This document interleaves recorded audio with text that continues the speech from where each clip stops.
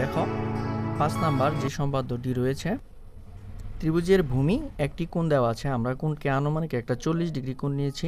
উচ্চতা একটা দেখো 3 সেন্টিমিটার এবং অপর দুই বাহুর যে সমষ্টি দেওয়া আছে তাকে আমরা 10 সেন্টিমিটার নিয়েছি। এই মাপগুলা দিয়ে আমরা ত্রিভুজটি অঙ্কন করব। দেখো আমরা কিভাবে ত্রিভুজটি অঙ্কন করি। প্রথমে আমরা এই 40 ডিগ্রি কোণটা নিয়ে নিব। চাঁদার সাহায্যে আমরা 40 ডিগ্রি কোণটা আমরা এঁকে নিব।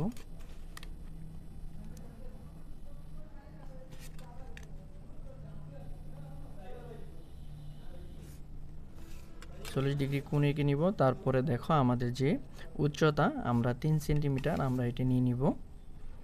উচ্চতা হলো 3 সেন্টিমিটার। আমরা ইচ্ছা করলে এখানেও নিতে পারি। আমরা উচ্চতা হলো 3 সেন্টিমিটার এবং দেখো আমরা 10 সেন্টিমিটার একটি দুই বাহুর সমষ্টি নিয়েছি। আমরা এখানে 10 সেন্টিমিটার দুই বাহুর সমষ্টিটাও আমরা নিয়ে নিতে পারি ইচ্ছা করলে 10 সেন্টিমিটার। তাহলে উচ্চতা হলো এইটা এবং অপর দুই বাহুর সমষ্টিকে আমরা s দ্বারা প্রকাশ করতে পারি আর কোণকে আমরা x দ্বারা প্রকাশ করি। এখন আমরা যে কোনো একটা রশ্মি নিব। সবাই আমরা ভালো করে খেয়াল করব কিভাবে আমরা অঙ্কন করতেছি। প্রথমে আমরা যে কোনো একটা রশ্মি নিব। রশ্মির একটা নাম দিব। b একটা রশ্মি নিই। এখন দেখো যেহেতু এখানে একটা উচ্চতা আছে, তাহলে আমাদের এই জ্যামিতি করতে গেলে প্রথমে আমাদেরকে লম্ব অঙ্কন করে নিতে হবে।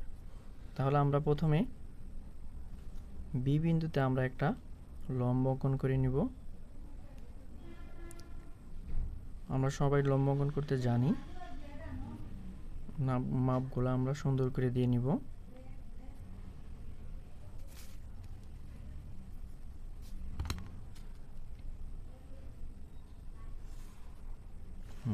আমরা এখানে একটা রশ্মির নাম দিতে পারি F। এখন আমাদের সর্বপ্রথম কাজ হলো উচ্চতার মাপটা আমরা নিয়ে নিব। উচ্চতার মাপটা নিয়ে নিব। নেওয়ার পর আমরা এখানে একটা নাম দিতে পারি, যে কোনো একটা নাম আমরা ব্যবহার করতে পারি h মাপ নিয়ে আমরা h নিলাম। এখন এইখান থেকে আমাদের একটা লম্ব অঙ্কন করতে হবে।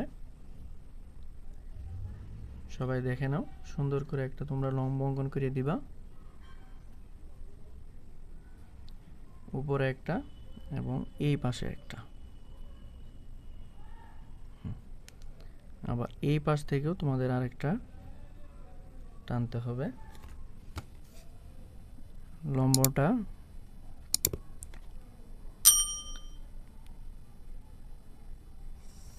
টেনে দিতে হবে তোমাদের। এইখানেও একটা তোমরা যে কোনো একটা অক্ষর তোমরা ইউজ করতে পারো।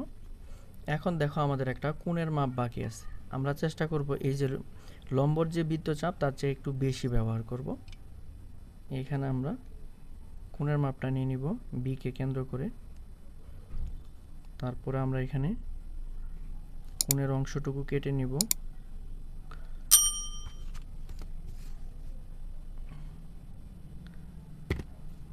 এরপরে আমরা এটা টেনে দিব এবং এখানেও একটা অক্ষর আমরা ব্যবহার করতে পারি HGF বা যে কোনো একটা অক্ষর তোমরা দিতে পারো।